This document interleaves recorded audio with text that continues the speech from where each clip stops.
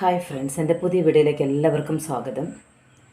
അർജുൻ ഒരു വേദനയായി നിൽക്കുന്ന ആ സമയത്ത് തന്നെയാണ് ഒരുപാട് ജീവനുകൾ നഷ്ടപ്പെടുത്തിക്കൊണ്ട് വയനാടിൽ ഒരു രാത്രി പ്രകൃതി അതിൻ്റെ ഏറ്റവും മൂർധന്യമായ ഒരു ഭാവം പ്രകടിപ്പിച്ചിരിക്കുന്നത്.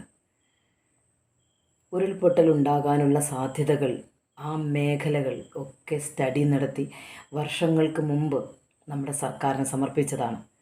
പക്ഷേ ആരും അത് കണ്ടില്ല, കേട്ടില്ല എന്ന് നടിക്കുന്നത് എന്തിനാണ്?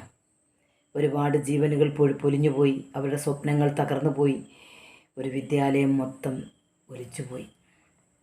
പക്ഷേ ആർക്കും ഇനിയും ഒരു ബോധ്യം വന്നിട്ടില്ല.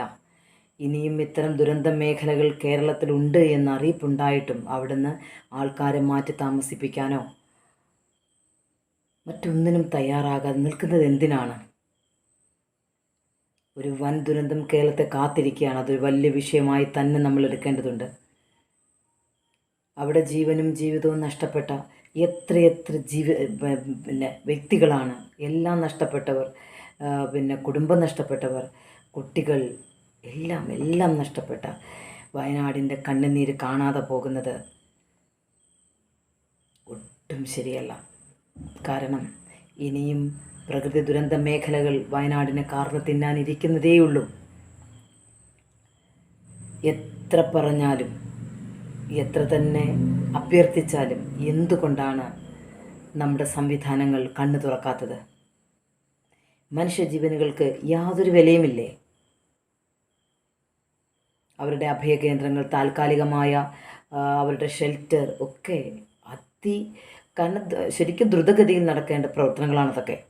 അവർക്ക് വേണ്ട ഭക്ഷണങ്ങൾ കൊണ്ടിട്ട് സ്കൂൾ നടക്കണ്ടേ? ഭക്ഷണങ്ങൾ കൊണ്ട് നിറയ്ക്കുകയാണ്. അവിടെ 340 കുടുംബങ്ങളിൽ ഇനി എത്ര പേരാണ് ജീവിച്ചിരിക്കുന്നത്? ഒരു വിദ്യാലയം ഒരു സ്വപ്നമാണ്. ആർക്കും വിശദീകരിക്കാൻ, കാരണം നമ്മുടെ വിദ്യാലയവുമായി ബന്ധപ്പെടാത്തവർക്ക് ആർക്കും മനസ്സിലാകാത്ത ഒരുപാട് പാഠങ്ങൾ ആ വിദ്യാലയത്തിലുണ്ട്. അധ്യാപകർ, അവരുടെ സ്വപ്നമാണ്, അവരുടെ സന്തോഷമാണ് കുഞ്ഞുങ്ങളെന്ന് പറയുന്നത്. നമ്മുടെ ഒരു ദിവസത്തിൻ്റെ, നമ്മുടെ ഒരു ജീവിതത്തിൻ്റെ ഒരു ഭാഗമാണവർ.